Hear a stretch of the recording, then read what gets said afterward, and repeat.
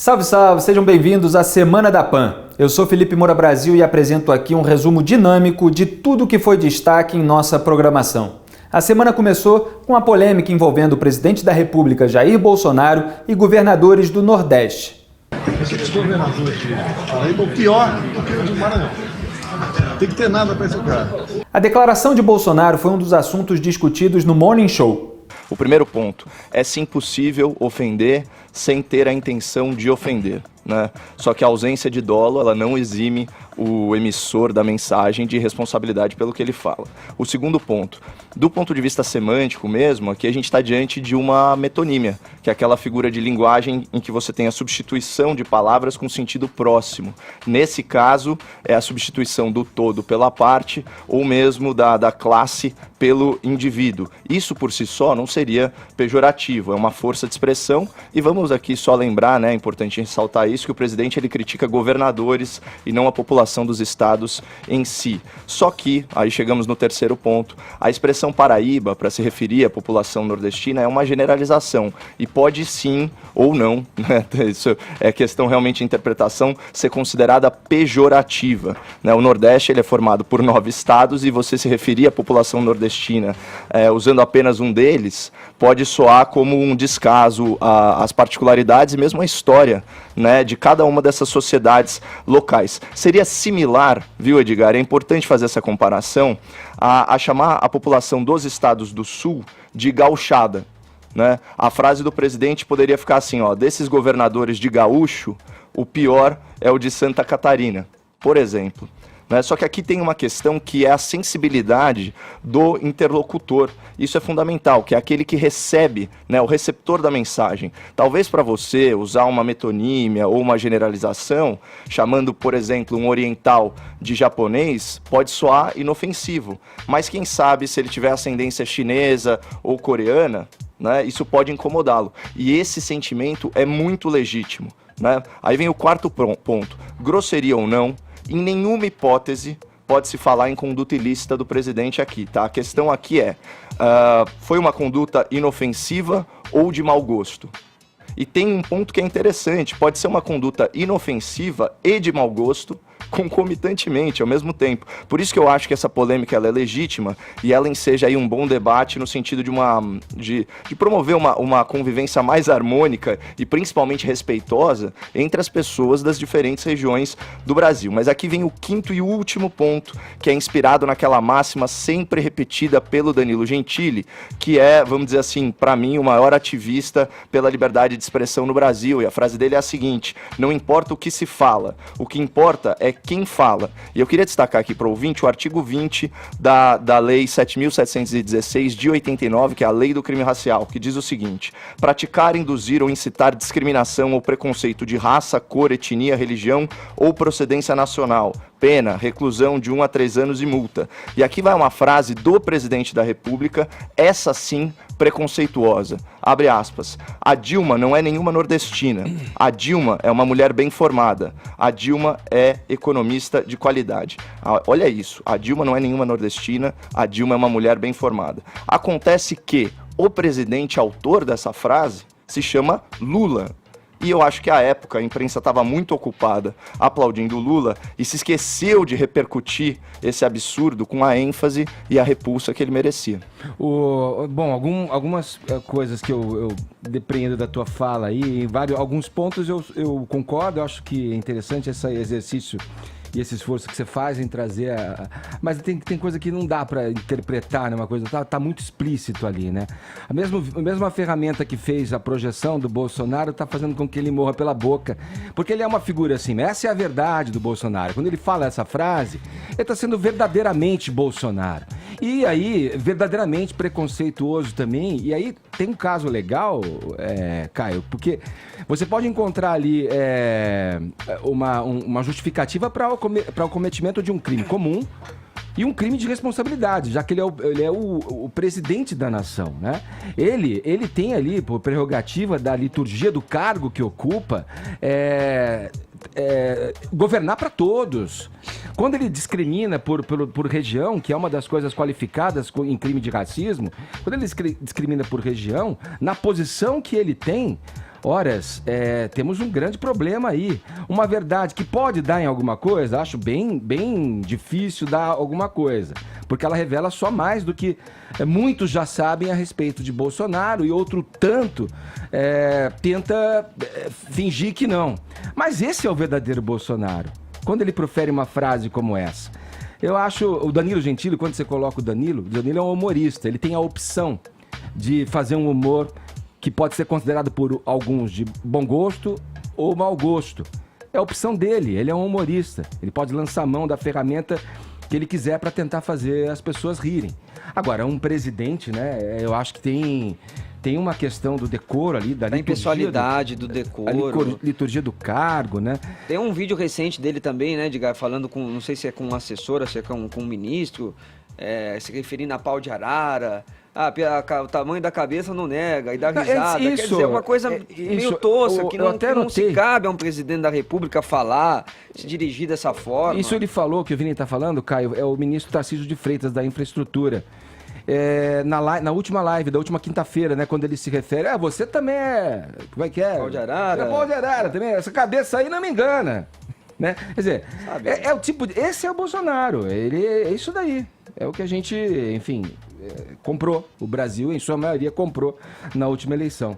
Você quer seguir algum comentário? Só para deixar também clara a minha posição a esse respeito, eu considero sim a linguagem de mau gosto, ainda que falada totalmente em privado, uma linguagem de mau gosto, mas a crítica foi aos governadores. E eu não consigo enxergar nada ilícito, nem mesmo no âmbito de crime de responsabilidade. Sobre essa live, né, inclusive usando esse tipo de linguagem por demais coloquial, tangenciando realmente e dando ensejo a esse tipo de interpretação que pode sim ofender a sensibilidade das pessoas, não só ele faz uma menção na live, né, eu assisti essa live coincidentemente, ele pergunta se o ministro tem algum parente pau de arara, também uma expressão infeliz, faz uma generalização com base na aparência do ministro, que também é lamentável, e complementa a brincadeira quando se aproxima o deputado federal Hélio Bolsonaro, também conhecido como Hélio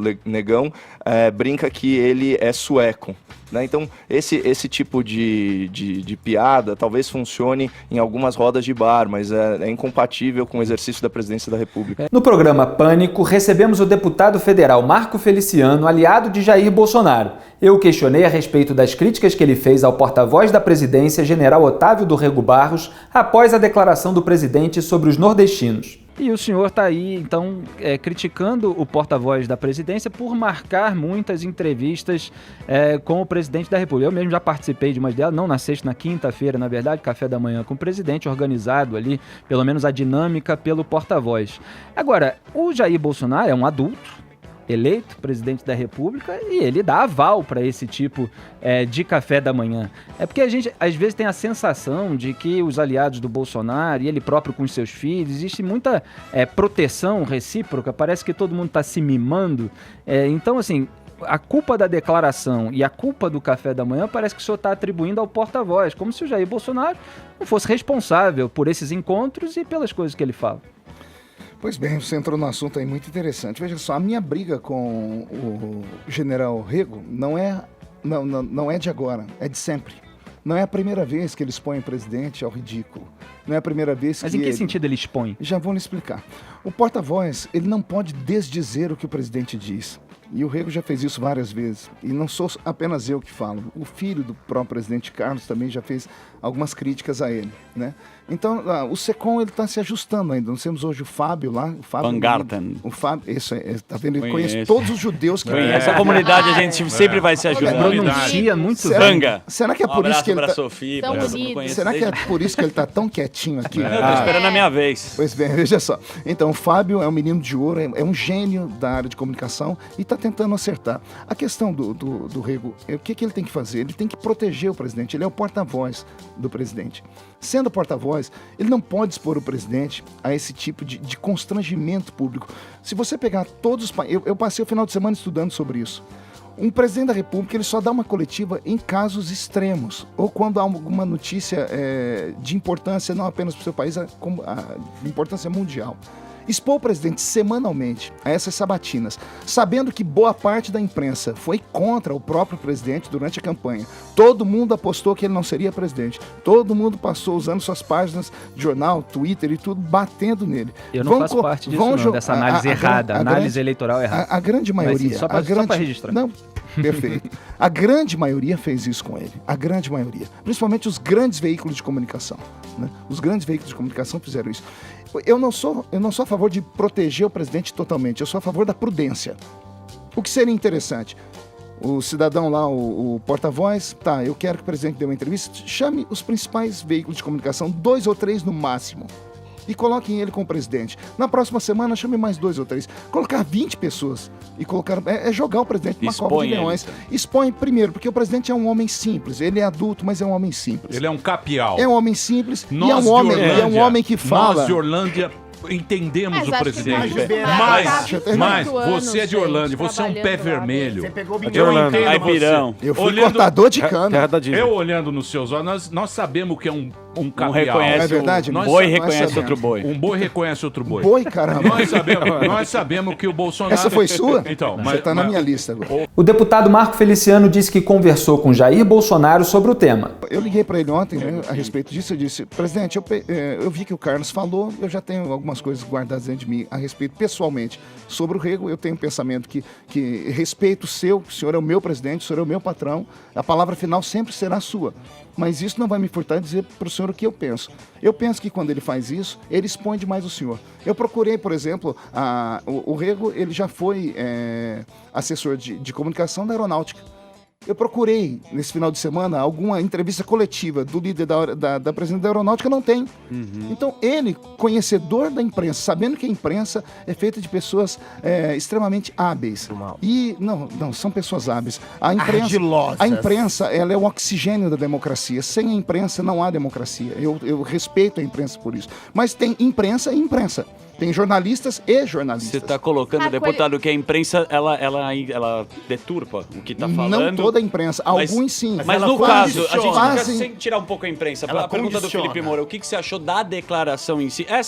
Foi uma semana de declarações do presidente que não pegaram bem. Eu conheço o presidente. Eu sei que, por exemplo, ele não é racista. Eu sei que ele não é xenófobo. Eu sei que ele não é preconceituoso. Ele é capial. Homofóbico ele estava conversando. Não ele é homofóbico. Boiadeiro. Ele estava conversando num canto, isoladamente, com um assessor seu. O que você fala... Nós estamos conversando aqui agora há pouco em off. Sim. O que nós estamos falando em off, não podemos falar aqui em público agora. Se falar em público, vai dar 1 milhão de interpretações. É verdade. Então é assim que as pessoas têm que entender. Né? E outra, você não pode medir um homem por um momento. Na terça-feira, Bolsonaro participou da inauguração de um aeroporto na Bahia e disse que ama o Nordeste. Não há divisões entre nós. Sexo, raça, cor, religião ou região. Somos um só povo, uma só raça. Eu amo o Nordeste. Afinal de contas, a minha filha tem em suas veias sangue de cabra da peste. O policiamento no evento gerou uma discussão no Twitter entre o presidente e o governador do estado, Rui Costa, do PT, como destacou o programa 3 em 1. Em primeiro lugar, falar sobre essa questão da Polícia Militar não ter feito a segurança do evento. Me parece estapafúrdia essa história. A Polícia Militar dos estados em que ela atua, ela é a força de segurança que tem de ser usada em todo tipo de segurança. Então, o governador suprimir a Polícia Militar do evento com a justificativa de que era um evento federal, quando na verdade não era. Foi uma opção dele e uma opção política não ir ao evento de inauguração do aeroporto de Vitória da Conquista. E que sob essa justificativa ele retirar a PM da segurança do evento, me parece uma atitude absolutamente arbitrária, que não condiz, mais uma vez, com isso que está tão em falta no Brasil, né? As pessoas saberem o que é a prerrogativa dos seus cargos. Não cabe ao governador decidir de que eventos a PM deve e não deve fazer a segurança. Um evento que tem autoridades, que tem o presidente da República, que tem um prefeito de uma outra cidade, tem outros prefeitos, ministros. É óbvio que a Polícia Militar tem de ser oferecida como força para auxiliar na segurança. Então, erra o governador numa tentativa de dar uma resposta ao que ele considerou ali uma descortesia do governo federal, oferecer poucos convites para o governo estadual na cerimônia. Então, ele politiza de um lado, Bolsonaro já tinha politizado a questão antes, também politizou em seu discurso numa frase que a gente não viu, dizendo a nossa bandeira nunca será vermelha. Ele fez menções. Primeiro ele criticou a ausência do governador e depois deu a entender que o governador não seria bem-vindo por ser um governador de esquerda. Então é isso tudo que está muito embaralhado, muito errado no Brasil. Governos são eleitos de maneira democrática e é lícito e legítimo que eles sejam de orientações de vertentes políticas diferentes. Jair Bolsonaro é um político de centro-direita, foi eleito legitimamente com votos inclusive no Nordeste.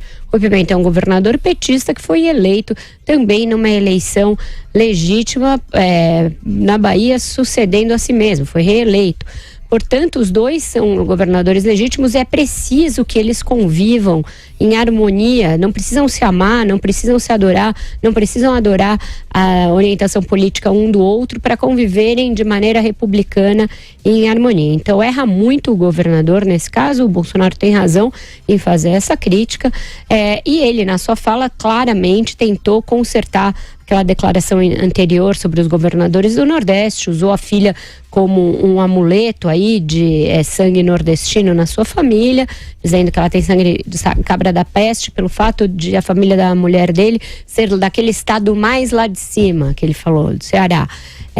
Portanto, tenta corrigir uma frase anterior infeliz, a meu ver não corrige, a frase continua existindo, não muda o fato de que ele ostensivamente falou a Onyx Lorenzoni que um governador de um partido rival deve ser discriminado no tratamento do governo federal, o que é mais uma expressão desse mesmo erro a que eu me refiro, o da quebra da institucionalidade, da dificuldade de discutir de forma republicana, de aceitar a divergência política e etc.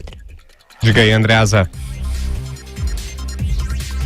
Quanta baixaria, né, Vitor? Um espetáculo representativo de como um dos pilares da República, que é a impessoalidade, foi jogada na lata do lixo, né? É o lugar onde se encontra nesse momento. Vejam, minha gente, que coisa bárbara, um governador de estado se negar a oferecer à polícia militar a segurança a rigor do presidente da República, de ministros, de prefeitos, inauguração de um aeroporto por motivos políticos que evidentemente tem tem agravamento na fala recente do presidente, essa que a Vera fez referência no caso, aquela conversa com o Onyx Lorenzoni no café da manhã com jornalistas. Para que isso? E da parte do presidente Jair Bolsonaro, surfando a onda, politizando a onda de uma obra que não é dele, ou que não tem nada a ver com ele, sejamos sinceros. A rigor, essa obra tem algo como 70% de recursos federais da União e 30% de recursos do Estado, embora tenha sido tocada pelo governo do Estado. Só que a última liberação de recursos para essa obra remonta a novembro. Governo Temer, antes governo Dilma, o governo Bolsonaro não tem nada a ver com essa obra. O Bolsonaro não fez nada por essa obra, mas foi lá capitalizar numa disputa de poder política que tem a ver com o Nordeste no momento em que há essa questão muito bem explorada pela oposição relativamente à fala dele, Bolsonaro. Todo mundo querendo capitalizar para si uma questão que deveria ser tratada de maneira absolutamente impessoal, tudo, no entanto, absolutamente fulanizado. O aeroporto se chama Glauber Rocha. Glauber Rocha foi um grande cineasta brasileiro, um grande criador brasileiro. Não se fez uma referência. No momento, aí sim se deveria dar tratamento pessoal, alguma coisa nessa solenidade. Não se falou do Glauber Rocha, uma figura muito importante, um grande criador brasileiro. Eu, pessoalmente, não sou muito fã daquela estética uma câmera na mão e uma ideia na cabeça, mas o Glauber Rocha é uma exceção, realmente um criador original brasileiro. O aeroporto tem seu nome, não se falou a respeito, quer dizer, tudo errado, mas teve uma personalidade que saiu bem nessa história, que foi o Antônio Carlos Magalhães Neto, Neto, né? Estava lá de gaiato, também não tem nada a ver com isso, é prefeito de Salvador. Na ausência do Rui Costa, foi elevado ao Bolsonaro como um estadista, possível futuro presidente da República.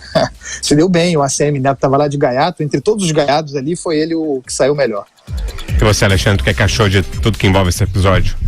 Olha, vou tentar resumir. Realmente é bom lembrar, essa lembrança é boa, né? Nós não estamos falando do Glauber Braga, que é aquele deputado federal do PSOL, que na frente do Jair Bolsonaro, na votação em abril de 2016 do impeachment da Dilma, elogiou o Carlos Marighella, irritou o presidente, na época deputado, e ele acabou elogiando o brilhante Ustra. E foi aquele episódio que eu acho que todo mundo lembra.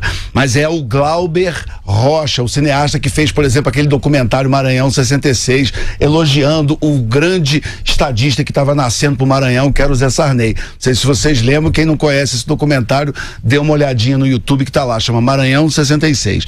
Mas enfim, a primeira dúvida que fica, é claro, a questão da impessoalidade fica em jogo, quer dizer, você tem um governador de oposição negando a presença da polícia do Estado para a segurança de um evento onde está o presidente da República. A dúvida é, a segurança do presidente foi comprometida? Estava comprometida? Sim ou não? Porque aí nós passamos do limite do que seria a oposição. Rui Costa não é obrigado a gostar do presidente, ser amigo dele, não tem nada, não é disso que se fala. Mas ali quem está não é o Rui Costa, quem está é o governador do estado da Bahia. Que do outro lado quem está não é Jair Bolsonaro, quem está é o presidente da República. Então é nesse sentido, em respeito à liturgia, em respeito à importância dos cargos, é que é preciso saber o seguinte: a segurança do presidente da República estava comprometida? Foi um ato que expôs o presidente a um risco de algum atentado, alguém que já foi vítima de atentado? Aí saímos do que seria um exercício de oposição para uma questão muito mais séria.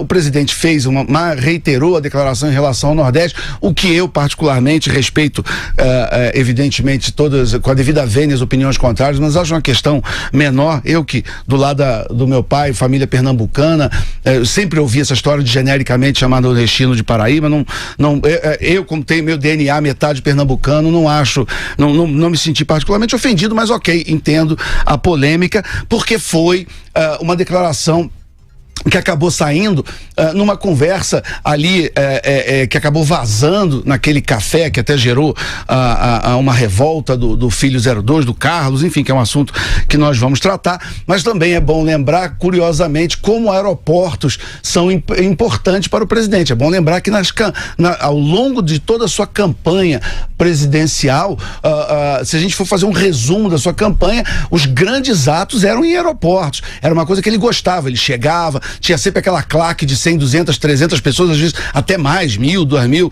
dependendo do local, gritando mito, levantando. Então eu até entendo o presidente ter alguma revolta quando as coisas no aeroporto, num ato que ele faz, não caminham bem, porque a gente tem essa lembrança de como esses eventos, como a chegada dele em aeroportos já eram grandes atos, e talvez os que a gente mais lembre na época da campanha. De qualquer jeito, é muito triste esse tipo de tribalismo, quando o exercício da política normal da democracia, situação, oposição, entra nesse tipo de esgarçamento, onde um governador chega a negar enviar a polícia para proteger um ato onde está o presidente da República de outro partido. Então, é só esse tipo de distinção, essa linha não pode ser cruzada. Faça oposição, seja contra ou a favor de quem você quiser, mas que a gente nunca perca a humanidade, o espírito democrático e o respeito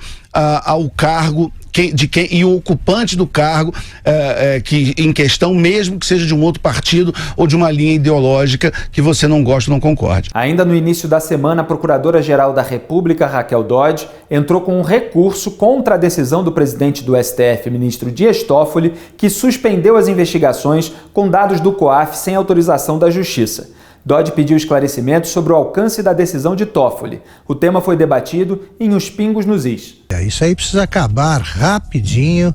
O Dias Toffoli é incapaz de seguir aquela frase, repito, sempre é uma frase muito didática, popularizada pelo Juscelino Kubitschek. Ele não tem compromisso com o erro, errou feio, insiste nisso, vai ter que recuar, porque além do que recomendam os órgãos internacionais de combate à lavagem, as atribuições fixadas por todos os textos que existem sobre o COAF determinam que ele apure irregularidades, sim, e que comunique, apure movimentações ilícitas, comunique movimentações suspeitas, e é o que tem que fazer.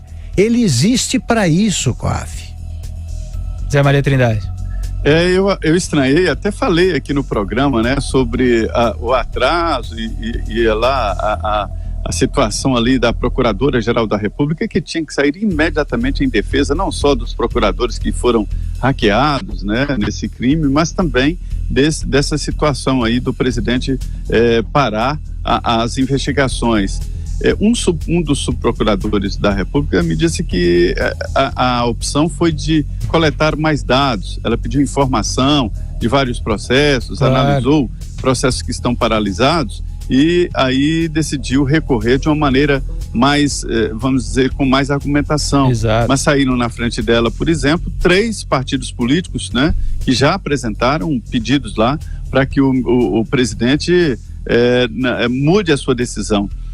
A Procuradora-Geral sabe de que não há como recorrer ao plenário agora, o plenário está em recesso. Uma possibilidade é recorrer ao próprio ministro para que ele reconsidere. Esse assunto cai no plenário do Supremo. Agora, o que há é uma tendência de não permitir que fique como antes.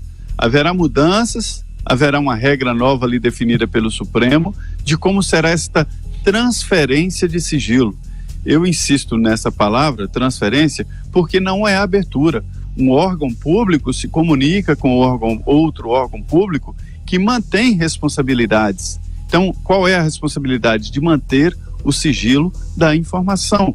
E através desta informação, que é sigilosa, então, procurar, através do judiciário, a abertura de mais informações, que é a quebra de sigilo bancário, fiscal e também da Receita Federal. Então, uma decisão importante, traumatizou sim os meios de investigação, Ministério Público e Polícia Federal, e mais do que isso, sabe o que eu senti? Eu conversei com alguns assessores da Polícia Federal que dizem que ninguém sabe exatamente o que fazer diante da decisão. Veja que insegurança jurídica.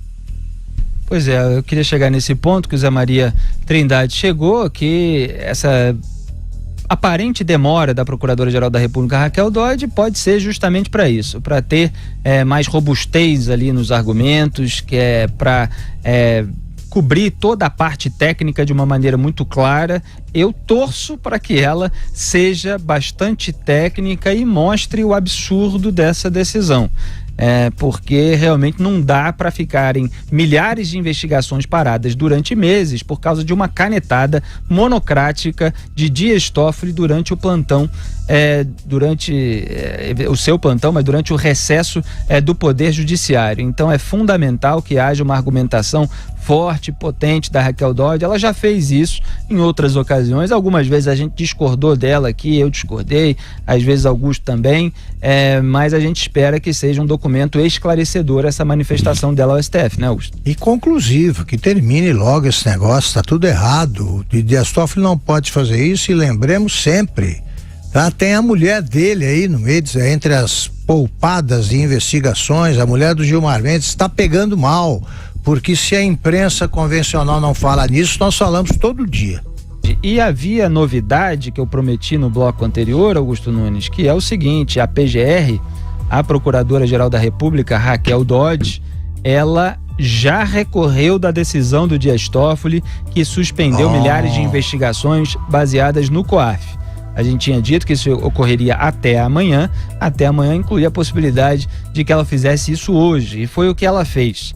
A decisão, lembrando, do Dias Toffoli foi tomada no pedido do Flávio Bolsonaro, atual senador, e no embargo de declaração, que é esse o tipo de manifestação da procuradora, Raquel Dodge afirmou que a decisão do Dias Toffoli não poderia abranger todas as investigações no Brasil, porque extrapola as condições iniciais do caso. A Procuradora-Geral da República escreveu ainda que o entendimento sobre o COAF pode impactar a Lava Jato e várias outras investigações e solicitou que, num primeiro momento, a decisão do Toffoli fique restrita ao caso do Flávio Bolsonaro.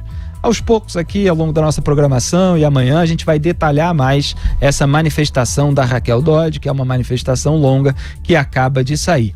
Augusto, mas pelo menos o tom, pelo menos o objetivo está correto, de acordo com o que a gente esperava. Cumpriu o seu dever, é isso mesmo, é o que ela deveria ter feito, fez, né? Como você lembrou, Felipe, ela disse que até amanhã faria, fez uma mais cedo ainda do que a gente imaginava. Então é isso aí, cumpriu o seu papel e os procuradores fizeram muito bem em pressioná-la, porque isso é legítimo, ela é representante também, ela não chefia apenas o Ministério Público, aliás não tem um chefe, né, nesse sentido aí do mandar aqui, ela lidera, isso aí por escolha deles próprios, mas eles devem pressionar quando se sentem descontentes. Zé Maria Trindade.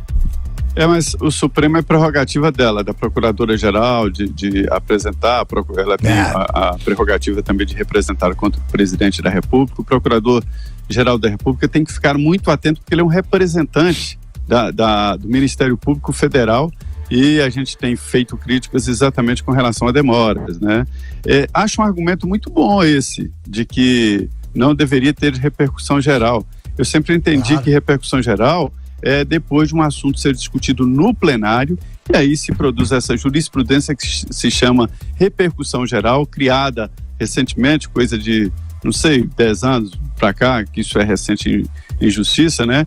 Para evitar que os processos fiquem acumulando com o mesmo objetivo na justiça. Quando dá essa repercussão geral, significa que todos os juízes do Brasil são obrigados a emitir sentenças com base nessa jurisprudência, na súmula. Isso não pode ser definido através de uma decisão monocrática, ou seja, de uma decisão de um ministro do Supremo. Então não tem repercussão geral, mas o que a liminar dele mandou paralisar, mandou suspender todos os processos que envolvam informações do COAF e da Receita Federal. E aí a procuradora está dizendo, tá bom, aceita só aí do Flávio Bolsonaro e deixa o resto andar. Aí depois, então, o Supremo pode até se reunir e definir uma repercussão geral sobre o uso dessas informações. Achei um argumento muito bom, e o Toffoli, se tivesse juízo, ele mesmo redefiniria a sentença, porque ele pode fazer isso. E aí restringe a decisão ao caso do senador Flávio Bolsonaro, que foi usado para dar legitimidade a esta canetada durante um recesso para paralisar processos em toda a Polícia Federal. Agora, Zé, você está me contando uma história aí que eu não conhecia bem, que realmente é preocupante, essa repercussão geral, e é um negócio que é uma jurisprudência imposta, né? Que fica valendo para todos os outros casos por uma decisão monocrática. Tá doido? Nesse caso foi. Pois é, então, tá doido. Isso aí é uma coisa que deve ser muito episódica, muito rara, né? Não pode ser usada com frequência, e claro que só pode ser uma decisão do plenário, porque envolve tudo, você paralisa milhares de processos em andamento. Agora, de novo, né? Aquela história da Cruzoé, muita coincidência. Vem um caso do Flávio Bolsonaro, que ele poderia fazer isso, tá bom, para um caso. Agora, aproveitar para parar o caso da mulher dele também é um pouco exagerado, né? Para que a gente acredite em coincidência. Ele aproveitou e limpou a ficha aí de todo mundo, achando que isso seria possível, e que o brasileiro realmente é um idiota irrecuperável. Não é. Aliás, eu vou ler aqui um trecho da decisão da Raquel Dodge, porque nesses embargos de declaração ela pede que a decisão do Toffoli seja aclarada nos seguintes aspectos. E aí ela lista 3 casos de obscuridade da decisão do Dias Toffoli. Aliás, é até bom, porque isso é um termo técnico aqui do mundo jurídico, essa obscuridade, embargo de declaração, isso é frequente. Mas é bom a gente lembrar, vocês que ouvem e acompanham esse programa, Os Pingos nos Is, que a gente mostrou aqui o Dias Toffoli numa entrevista, a gente mostrou o vídeo de ele mal sabendo explicar a decisão que tomou. Então é absolutamente natural, Augusto, que a Procuradora-Geral da República aponte obscuridades naquela decisão. Ele falava ali de quebra de sigilo bancário, cuja autorização judicial já era necessária antes da decisão dele. A gente subiu uma pílula, que é como a gente chama esses trechos de destaque do programa, que tinha esse título: plantonista Toffoli mal sabe explicar a sua própria canetada. Algo assim, vocês procurem no YouTube que vale a pena. Então eu vou ler aqui a listinha de 3 obscuridades apontadas pela Raquel Dodge. Primeira obscuridade: decisão ultra ou extra petita. Não sei como é que se falam esses nomes jurídicos. A decisão embargada implicou em expansão indevida do objeto deste recurso extraordinário. É o tema que a gente estava falando aqui. Ele poderia decidir a respeito do pedido do senador Flávio Bolsonaro, mas ele expandiu para milhares de investigações. Segunda obscuridade: contrariedade a precedente vinculante do STF. A decisão embargada determinou a suspensão de inquéritos e PICs, né, que são os procedimentos investigatórios, apesar de precedente vinculante do STF estabelecer a inaplicabilidade do artigo 1035 do CPC, do Código de Processo Penal, a inquéritos e PICs.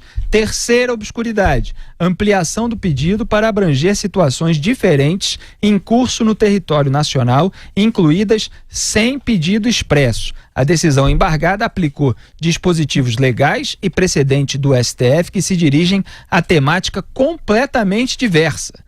Está aí a Raquel Dodge mostrando que a argumentação do Toffoli está se referindo ao tema errado. Então, isso aqui é uma lista inicial, introdutória, e depois ela, em páginas e páginas, ela explica e argumenta em cima de cada uma dessas obscuridades apontadas. Na terça-feira, a Polícia Federal prendeu em Araraquara 4 suspeitos de terem hackeado celulares de integrantes da Força Tarefa da Lava Jato. Um dos 4 presos em operação da Polícia Federal confessa ter hackeado Sérgio Moro e Deltan Dallagnol, além de centenas de procuradores, delegados federais, juízes e jornalistas. Walter Delgatti Neto, o vermelho, que acumula processos por estelionato, falsificação de documentos e furto, confessou as invasões em depoimento à PF. Também foram alvos dos hackers os celulares do presidente Jair Bolsonaro, de ministros do STF e do STJ, da Procuradora-Geral Raquel Dodge e dos presidentes da Câmara Rodrigo Maia e do Senado Davi Alcolumbre. E a assessoria de imprensa do Supremo Tribunal Federal informou que não vai comentar os ataques de hackers sofridos por ministros da Corte. Vamos ver se os nomes desses ministros que foram alvos de hackeamento serão divulgados aí nas próximas horas. Agora, Augusto Nunes, seria curioso, a gente aqui não legitima o crime, não publica material que foi obtido de uma forma criminosa. Agora, não dá para deixar de constatar, Augusto, que imagina só, esses ministros do STF que ironizaram o conteúdo das supostas mensagens entre o Sérgio Moro e o Deltan Dallagnol. Aí começam, vamos supor que saia aí a divulgação de mensagens privadas obtidas dos celulares deles por meio de violação criminosa e que eventualmente até revelem alguma coisa que possa ficar ali na fronteira da impropriedade, da irregularidade ou até da ilicitude. Você imagina a reação desse pessoal? Seria interessante, né? Da coceira esse tipo de hipótese, porque a gente, claro, nós não faremos isso, mas aí eles iam ver, iam sentir na própria pele, de fato, o que é esse tipo de crime. E como é que eles iam reagir? Eles iam continuar dizendo que não tem importância o que fizeram os hackers? Aí é que a gente ia ver a verdade. Eu quero saber quais foram os ministros do Supremo hackeados. Isso aí é uma informação importante. Não precisa ficar oculta a lista de nomes hackeados, né? O conteúdo nem pensar, mas os nomes, por que não? É importante, de repente você tem só 3, 4 ministros hackeados aí, outros não. Isso é informação. Isso é informação e isso interessa Aos leitores, aos brasileiros, aos cidadãos, interessa sim. E o Gilmar Mendes, aquele que tinha um ataque à Lava Jato fixado em vídeo na conta de Twitter de um dos hackers, o Gilmar Mendes, ele deu um chilique na época em que houve um indício de grampeamento lá em torno dele, que poderia ter captado alguma coisa, deu um ataque histérico. Agora, quando os outros são hackeados, ele gosta, se diverte, tripudia em cima, ele e seu parceirão lá no STF, Ricardo Lewandowski. Então agora vem essa informação que a gente aqui lamenta, que houve hackeamento dos ministros do Supremo Tribunal Federal. Agora, como é que vão reagir? Aí vai a assessoria, Zé Maria Trindade, e diz que eles não vão comentar. É melhor, né? Porque como é que vai ser? Ironiza quando é com os outros, aí quando é com eles calam, eles silenciam. Talvez o silêncio seja menos vergonhoso do que eles tentarem dar alguma explicação, né, Zé Maria? É o famoso, né? O pau que bate em Chico, bate em Francisco, o pau que bate em Francisco, bate em Chico. Eu me lembro desse episódio aí, de um grampo telefônico em uma conversa entre o ministro Gilmar Mendes e o então senador da República, Demóstenes Torres. E o conteúdo foi confirmado pelo senador Demóstenes Torres, né, de que realmente houve. Aí foi uma confusão e tal, o ministro protestou e realmente é grave. Houve no Supremo cuidados especiais, falaram até numa possibilidade, numa tecnologia nova de gravar conversa de longe através das cortinas, e aí colocaram as cortinas pretas lá para impedir essa gravação. Em entrevista exclusiva ao Jornal da Manhã da Jovem Pan, o procurador da Lava Jato, Deltan Dallagnol, rebateu notícia da Folha de que ele deu uma palestra paga para uma empresa citada em delação. Eu fiz uma palestra para essa empresa, Thiago, no começo de 2018. Em meados de 2018, lá por junho, julho, eu tomei conhecimento de que essa empresa tinha sido mencionada num acordo de colaboração que estava sendo negociado não pela Força Tarefa em Curitiba, mas pela Procuradoria-Geral da República, com a participação de alguns membros da Força Tarefa. De novo, eu não era responsável por esse caso, eu jamais participei de qualquer ato ou negociação em relação a esse acordo de colaboração premiada que mencionou a empresa. Em 2019, esse caso referente a essa empresa foi desmembrado pelo Supremo Tribunal Federal, depois da atuação da Procuradoria-Geral, depois da atuação do Supremo. O Supremo desmembrou e mandou esse caso para Curitiba. E assim que recebido em Curitiba, tão logo tomei conhecimento do recebimento, eu me declarei suspeito. O que é se declarar suspeito? É você informar que existe um potencial conflito de interesses e você se afastar da atuação conforme determina a lei. Por uma questão de cautela extrema e transparência, eu ainda fiz um ofício que eu disponibilizei para vocês. Isso aconteceu antes de qualquer divulgação de mensagens, de supostas mensagens que está sendo feita. E eu mandei esse ofício para o corregedor, informando tudo o que tinha acontecido. Informando que eu tinha feito a palestra no começo de 2018, informando que em meados de 2018 eu tomei conhecimento de que aquela empresa, que não tinha nada a ver com o setor de infraestrutura, com o setor clássico da Lava Jato, que essa empresa tinha sido mencionada no acordo de colaboração e que tão logo eu passasse a ter atribuição no feito, tão logo a gente recebeu o processo referente àquela empresa, por uma questão de absoluta correção, eu me afastei, me declarei suspeito, esse caso passou a não ser mais tratado pela Força Tarefa e eu comuniquei ainda a Corregedoria dos Fatos, ou seja, em tudo eu atuei com absoluta correção para evitar o conflito de interesses. Aliás, procurador, o senhor passou alguns documentos aqui para a equipe da Jovem Pan e o nosso site vai cuidar e a gente na internet vai fazer essa publicação, assim como as imagens dessa entrevista. Agora a pergunta de Bruno Garchagen. Bruno. Procurador, bom dia. A minha pergunta é a seguinte: por que a cada publicação desse conteúdo cuja a autenticidade não foi verificada, é bom que o nosso ouvinte saiba disso e isso seja reforçado, pelo site de esquerda Intercept, por que a cada publicação de conteúdo, o senhor, os demais procuradores, e até, vou perguntar no caso do senhor porque não dá para o senhor responder pelos outros, mas no caso do senhor, por que não há uma negativa absoluta, veemente a respeito da veracidade desse conteúdo? É uma posição para se resguardar juridicamente a partir dos desdobramentos que isso pode resultar? Ou há uma possibilidade desse conteúdo ser verdadeiro, parte dele ser verdadeiro, e o senhor realmente não lembra? Bruno, essa é uma excelente pergunta, obrigado por você fazer. Se nós tivéssemos ainda as mensagens originais, a gente poderia comparar as mensagens originais com aquilo que está sendo apresentado para dizer se é verdadeiro ou não. Acontece que, quando os ataques aconteceram muito antes da divulgação, quando eles aconteceram, por recomendações institucionais, a gente trocou nossos aparelhos celulares, nós ainda encerramos as nossas contas do aplicativo e isso apaga todas as mensagens no celular e na nuvem. Isso por uma questão de resguardo e de proteção das investigações e da segurança das autoridades envolvidas.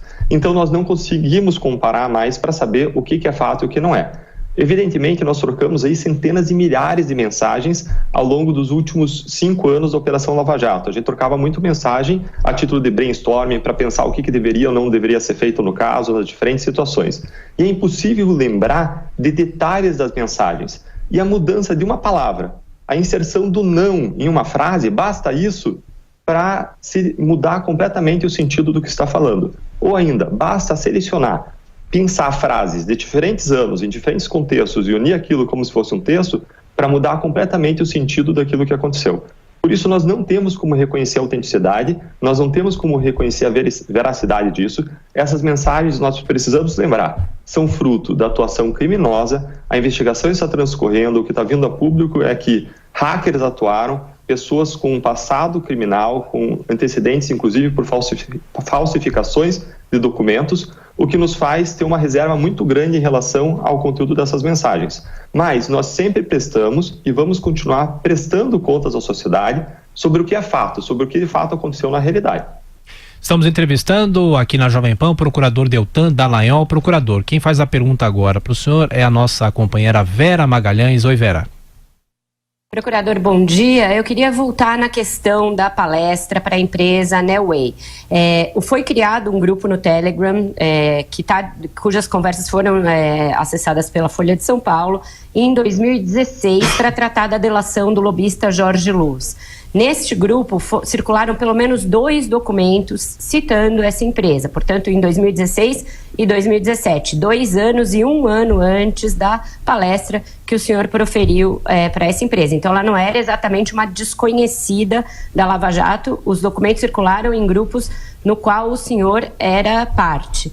Além disso, o senhor gravou um vídeo, uma espécie de um vídeo promocional falando da importância da tecnologia para a Lava Jato, que foi usado para a empresa se promover. Eu pergunto 2 coisas para o senhor. O senhor não tinha nenhum conhecimento da presença da empresa em qualquer discussão da Lava Jato? E segundo, é papel de procurador da República gravar vídeo promocional para a empresa?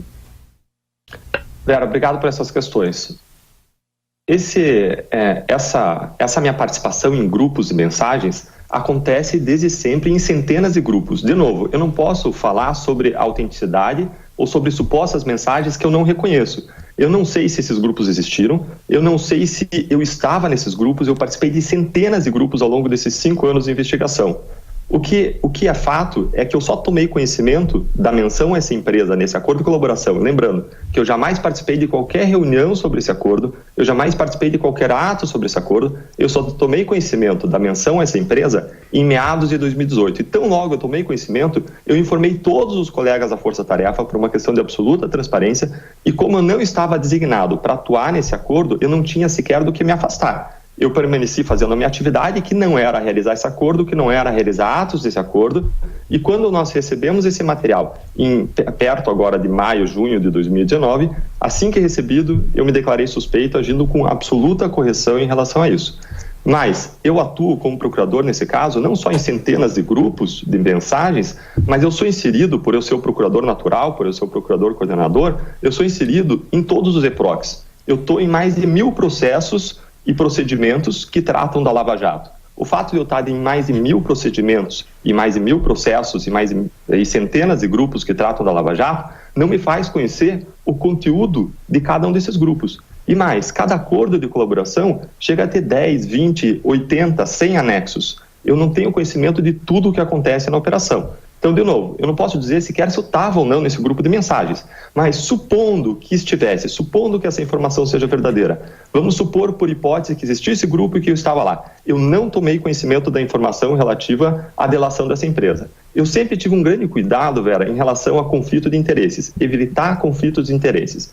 Ou seja, evitar fazer palestras para empresas que tivessem sendo investigadas pela Lava Jato, e eu encaminhei para a Jovem Pan 4 documentos que mostram eu recusando palestras, porque essas palestras se relacionavam ou com empresas mencionadas na Lava Jato, ou então, num dos casos, uma patrocinadora do evento era a Petrobras, que é vítima da Lava Jato. Então, eu me recusei a participar dessas palestras.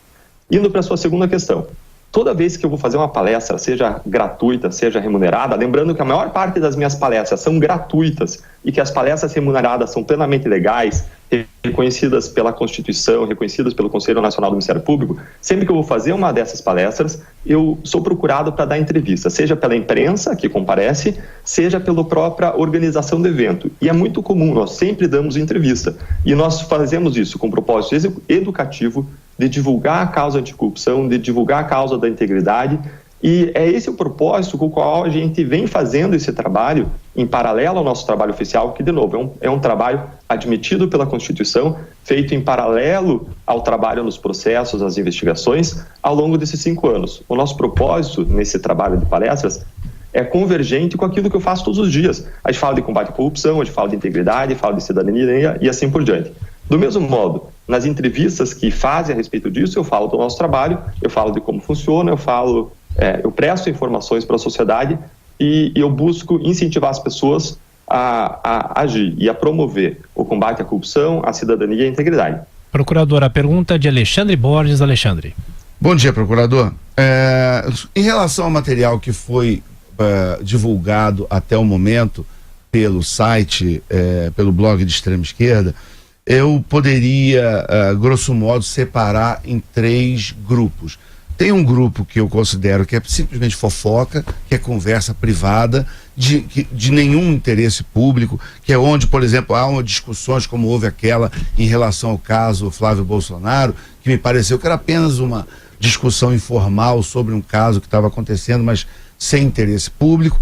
Existe um segundo grupo de conversas, que aí entrariam essas ilações em que algumas palestras suas poderiam ser associadas a alguma relação espúria, não justificável, indefensável com investigados da Lava Jato, que eu acho até que foi muito bem respondido aqui, pelo momento, para a gente não perder tempo com esse ponto.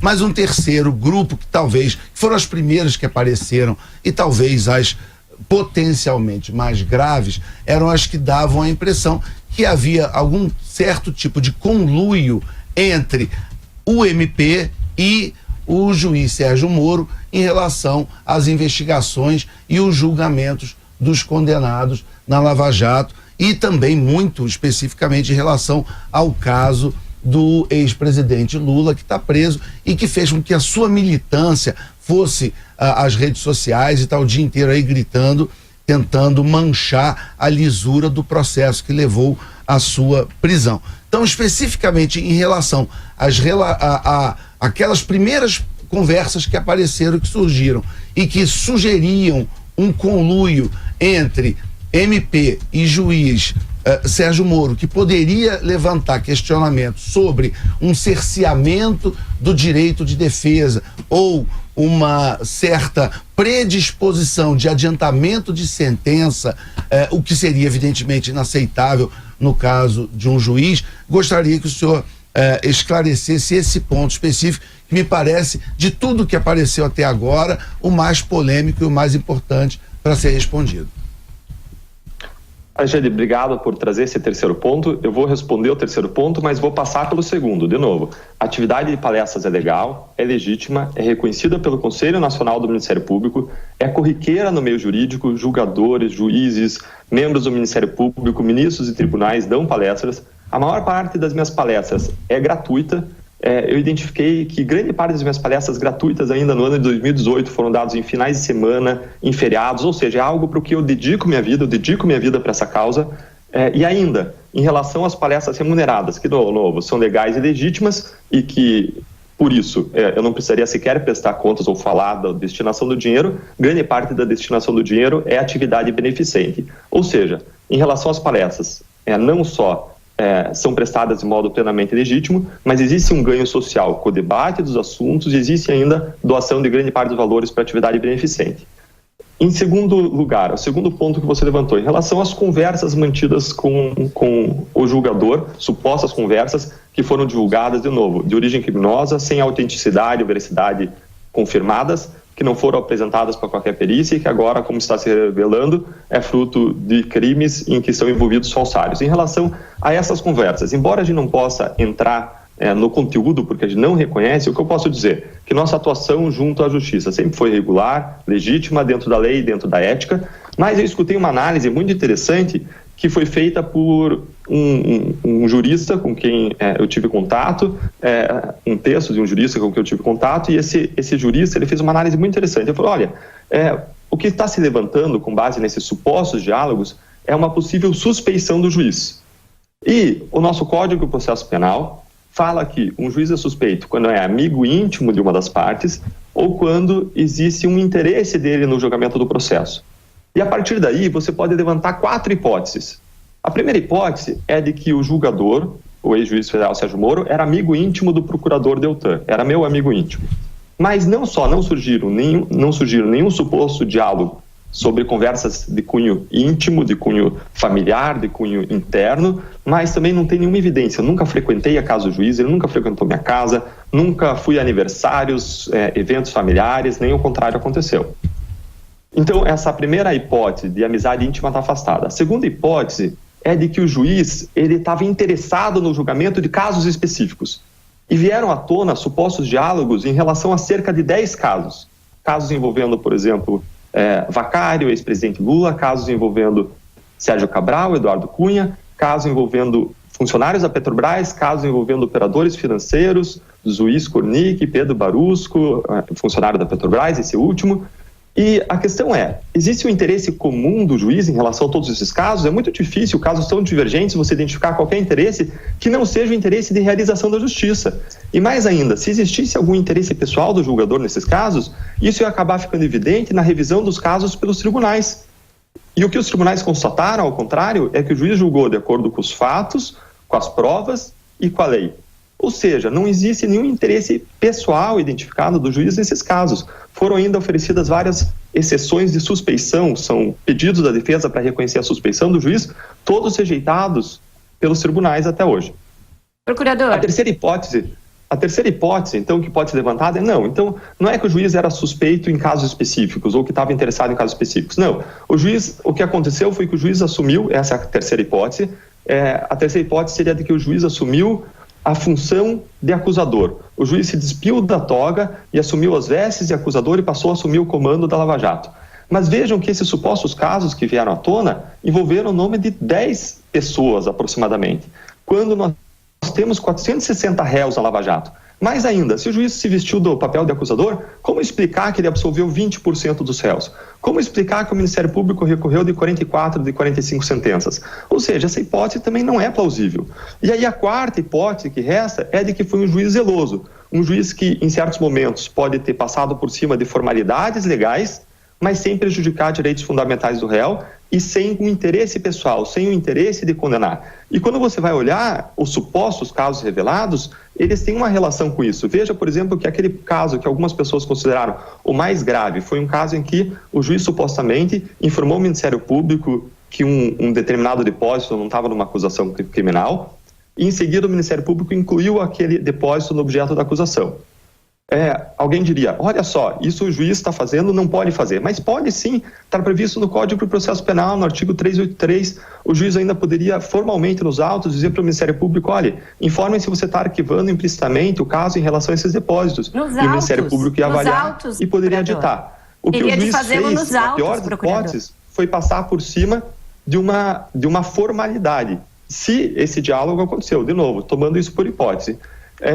E sem prejudicar nenhum direito de réu. E quando você olha vários outros casos em que o juiz supostamente teria pedido pressa na manifestação do Ministério Público e assim por diante, são coisas que o juiz poderia ter feito nos autos, mas o juiz teria feito em supostas mensagens, de novo, o que mostra um zelo do juiz e uma busca do juiz por valores de justiça, como verdade, como eficiência, como celeridade, e não mostra um juiz enviesado que queria condenar a qualquer custo ou qualquer coisa nesse sentido. A documentação enviada por Deltan Dallagnol à Jovem Pan foi divulgada em matéria no nosso site jp.com.br com o título Deltan exibe documentos em que recusa palestras para evitar conflitos de interesse. E agora dividimos com vocês, ouvintes e espectadores, uma imensa alegria. Pesquisa do Cantar Ibope Mídia, válida pelo trimestre de abril a junho, mostra que na faixa nobre do rádio, que é o período da manhã, de segunda a sexta-feira, a Jovem Pan, líder no segmento, cravou um recorde de audiência. São mais de 208 mil ouvintes por minuto, concentrados no Jornal da Manhã entre 7h30 e 10 horas, faixa horária que mostra o pico da audiência em jornalismo. De acordo com o site tudoradio.com, que divulgou a pesquisa, esse recorde obtido pela Jovem Pan AM e FM, que atuam de forma simultânea nesse horário, supera o dobro da audiência de concorrentes diretas no segmento. Muito obrigado a vocês pelo resultado. Ele é fruto de muito trabalho de todos nós, que zelamos sempre por informação e análise devidamente separadas, sem hackers. Você acompanhou aqui a Semana da Pan com um resumo de tudo que foi destaque em nossa programação. Para mais informações, acesse jp.com.br. Um grande abraço e até semana que vem.